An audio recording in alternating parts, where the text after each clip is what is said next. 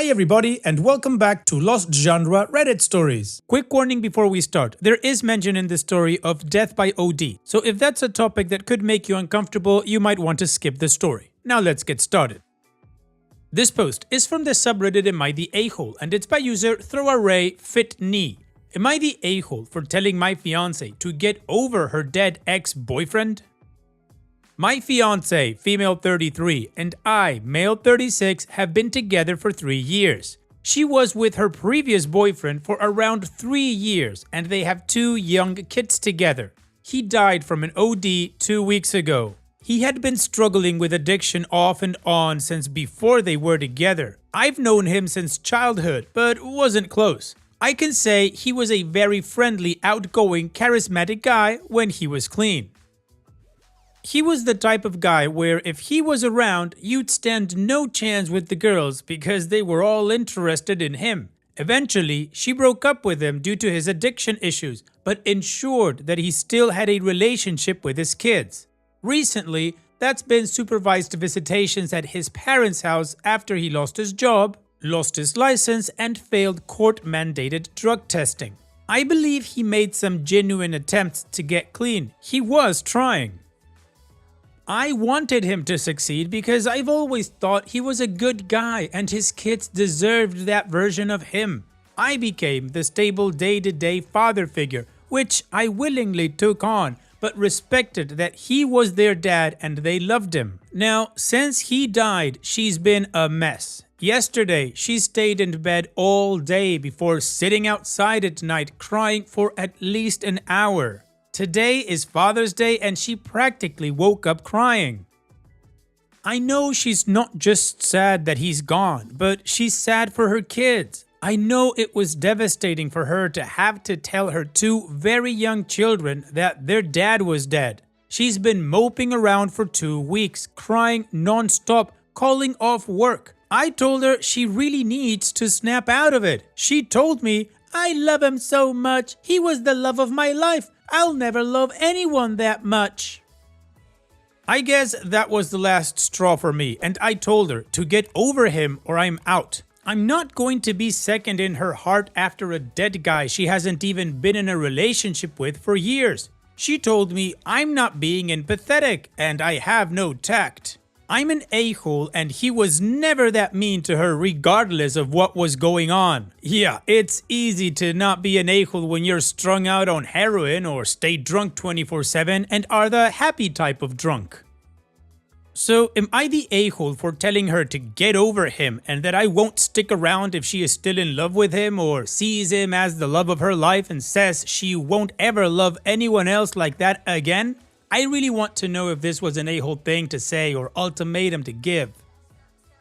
Well, OP, I personally don't like ultimatums and I think I've only identified one situation where I'd kind of be okay with it. This is not it. I don't know if I can judge you if you're the a-hole or not because I think you're half wrong and half right. I think you're wrong if you want to stay in a relationship because of an unless or an ultimatum. I think you're right for wanting to leave and not wanting to be somebody's second choice. Of course, it's a tough position to be in. You love somebody that has already told you that they don't love you, or at least definitely doesn't love you as much as you love them. Now, in my opinion, the reason why your fiancé or girlfriend or whatever needs to get her crap straight is because of her children.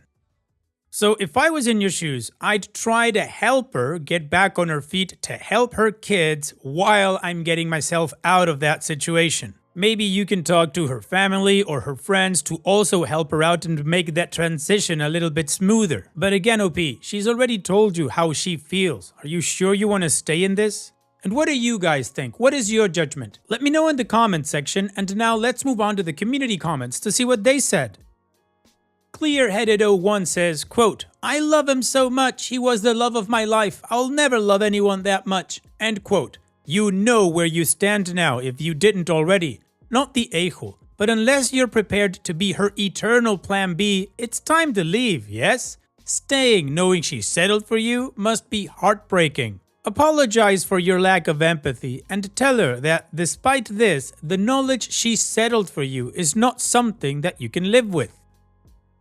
And Opie responds, "It's left me wondering if she was in love with him this whole time and only with me for the sake of stability for her and her kids." This is the first time she said any of this out loud to me. I was sure she loved him at one point. Her Facebook is still filled with post after post talking about how much she loves him, and she never posted anything like that about me. Totally childish to bring up Facebook posts, I know. I just wouldn't leave a bunch of posts extolling my love for an ex-girlfriend up there after I'd broken up with them and was in a new relationship. Not that I ever made nearly daily posts about my love for somebody like she did. Alandaro Sunsong says, "I'll be honest with you, I was leaning heavily to her side after reading the part about her being sad for her kids because it's true. Kids that age can't understand, and dealing with the genuine questions from the kids would be heartbreaking, especially after it having been only 2 weeks. But then I read what she said to you, probably an utterance without thinking about it, probably an emotional outburst, but I'm 100% certain it's honest." That right there is the game changer. Let's recognize the truth here. You were only ever going to be a placeholder for the chance she could get back with him. If he got clean, she'd have dropped your ass and gone back. Find someone on her side of the family dependable enough to ensure the kids are okay and then get out. Don't ever settle for being second best in love unless it's to children you've chosen to raise as your own, be they yours or not. End the relationship cleanly and quickly. Legally, if necessary, but get out, get away, and get on with your life. Not the a-hole. Best of luck, my friend.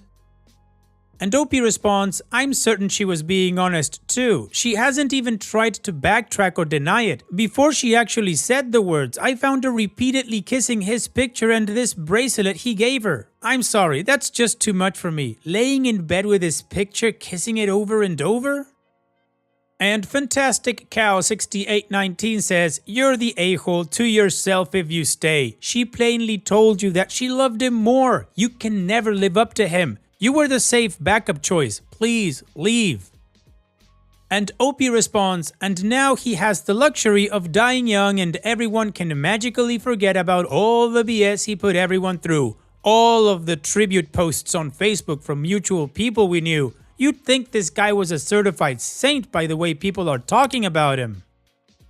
Additional information from Opie's comments. "We met through friends. I thought we had a good relationship. I thought we were both really happy. I'm reevaluating it all now though, like all the sexual things I found out she did with him. I found that out through somebody else. I didn't ask for their information and she never told me. But hearing some of the things was definitely a shocker. Just a different person than I know and sounds like a totally different type of sexual relationship. Looking at it through my current lens, it now makes sense if what she said about her feelings is true. We have sex, but looking at it from my current lens, there's not much passion, excitement, or adventure in that area, and she has never seemed receptive to my attempts to incorporate those things into our sex life. I figured that was just how she was, vanilla. I respected that, still always enjoyed it. Now I fear she's not really that way, but it's just a reflection of her feelings towards me. Or maybe I'm just coming from a place of major insecurity and jealousy after what she said, which I can acknowledge could be true. I just think her level of grief seems extreme considering they broke up 4 years ago. I don't expect her to not have feelings about his death, but 2 weeks of this behavior is annoying me. Of course, in light of what she said, it makes more sense. So, the community does not judge OP to be the a-hole for what he said, but some people would judge him to be the a-hole if he stays in this relationship. I agree with both. And from OP's response as an additional context, I think I'm getting the impression that OP does want to get out. So, let's move on to the update to see what happened next and how the story ends.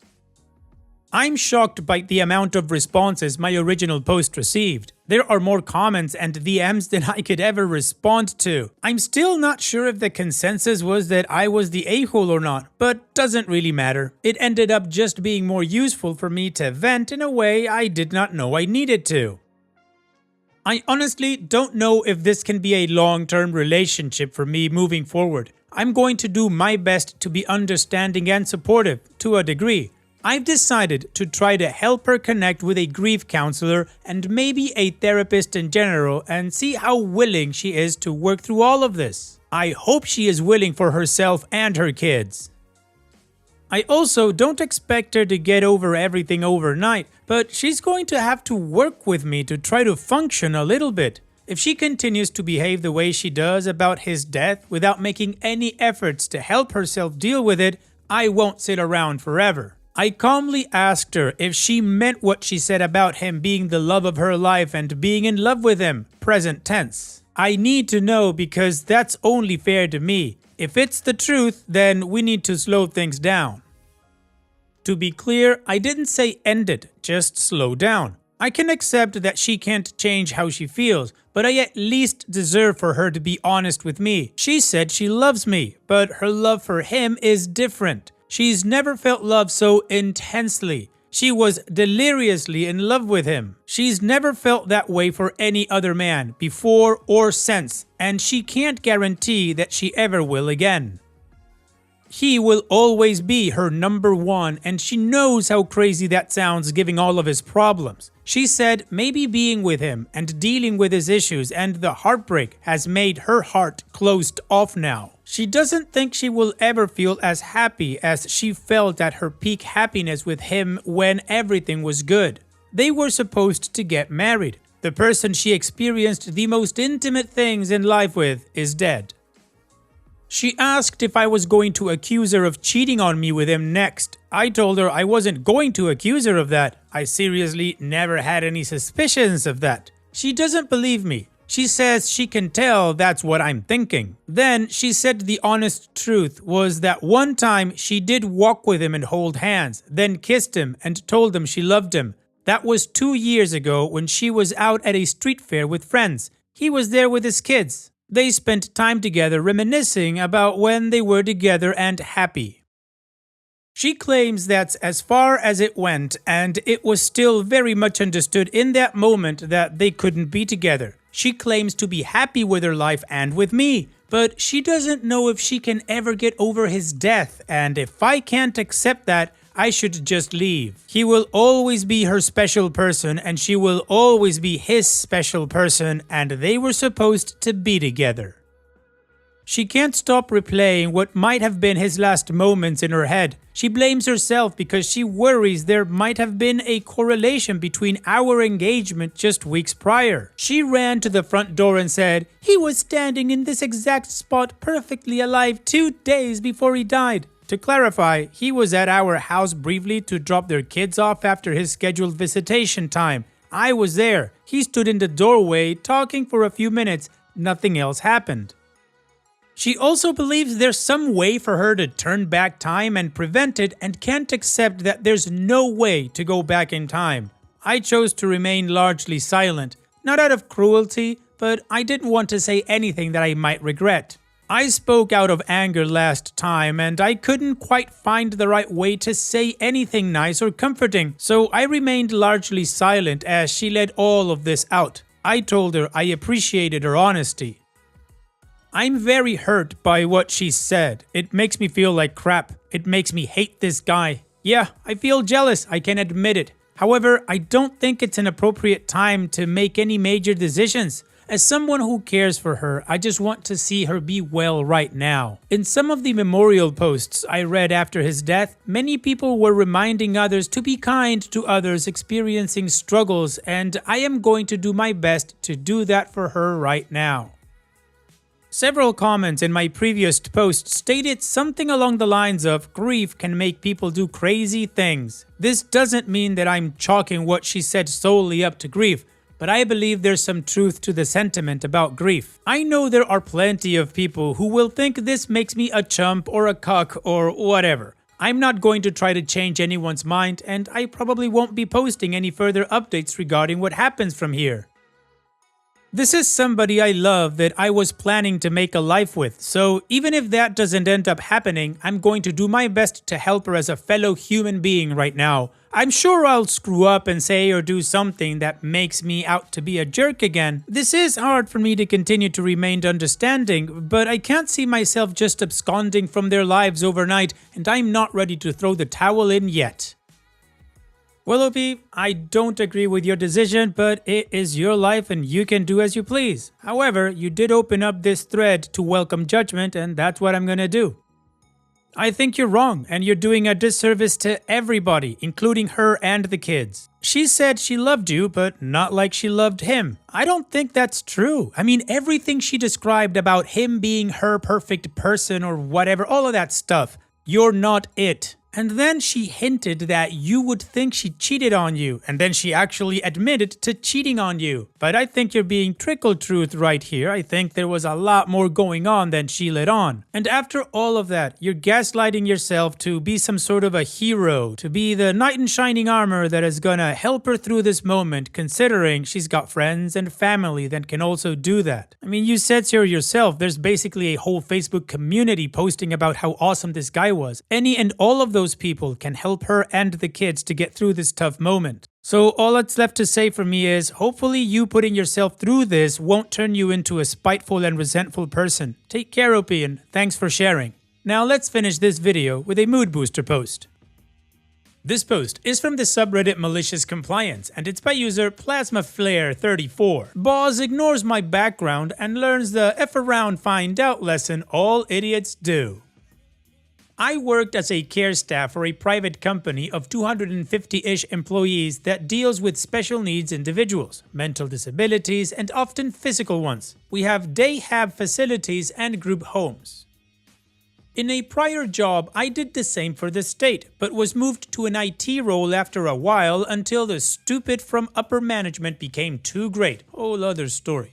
Before any of that, I was an EMT, and before that, I was in the army and know how to cover my own ass. Backstory complete.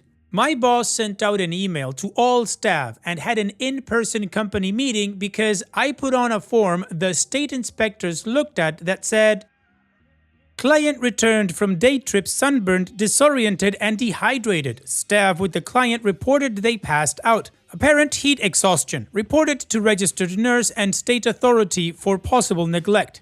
Apparently, the registered nurse never looked at the report before the state auditors came in a week later. Although she did look at the client and agreed with me about the heat exhaustion the next day when she was back in the office from a day off.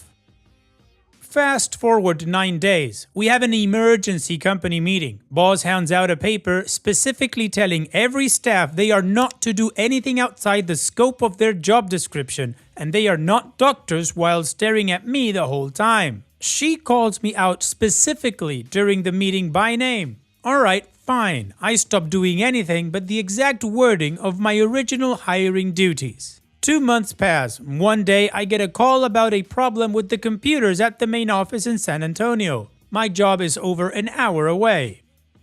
I had traditionally done all the IT troubleshooting as I was one of the first hires of the company and I had a background for it. Boss calls me on my day off and asks me to drive to the main office and fix their computer system. I said to her, "I cannot do anything outside my listed duties per your order." Then I hung up and turned the phone off until dinner. After I turned the phone back on, I get a call within 10 minutes from the company owner. He, who had been nothing but nice to me up until now, just bluntly asks, "When I felt like doing my job and getting things working, but especially payroll, don't I want to get paid tomorrow? Get your ass in gear, son." That may indeed have been the wrong way to start the conversation with someone who wasn't being paid extra for their IT problems. I referred him to the email and in-person letter boss had put out. Then I pointed out how the company policy had a no firearms rule. I did this because he specifically always carried a 1911 to all company meetings and events on his right hip, calling it out by model as a Kimber 4 inches. I then politely advised him to find a way to deal with his own problems, as the computers being bricked wasn't one of mine, but paying employees such as me was one of his, per state and federal law, and hung up. Turned my phone off again until I was at work 2 days later. In that time, apparently 3 staff had quit from failing to be paid, 80 more were threatening to, and the owner had driven over to have a chat with the boss and myself. They laid out that as a senior care staff, my job role had expanded over the years I was there, 5 at that point, and I countered that the pay hadn't at all since I had been hired. My doing IT work was a charity from me, not a job requirement. I appreciated none of the disrespect I had gotten lately from either of them. I also pointed out that I knew full well that a contract IT company would cost them at least hundreds if not thousands for a consult and at least $200 an hour, and if I deigned to fix their problem it would take about 3 hours. The owner offered me a 50-cent raise and 3 hours overtime. I countered with a public apology in front of all staff from the boss, a $3 an hour raise, and an exemption from the no carry firearm policy he was being hypocritical about. They said no, so I said I'll be in the back with the clients doing my job duties and let me know when they contacted an IT company and changed their minds. Keep in mind that all the computer systems were effectively bricked at this point. So the nurses can't do any charting, no one can bill time for casework, the state paperwork, while largely paper, can't be sent. It took them 4 days, who knows how many calls to computer specialists for quotes, and another 8 quitting employees to agree to my conditions.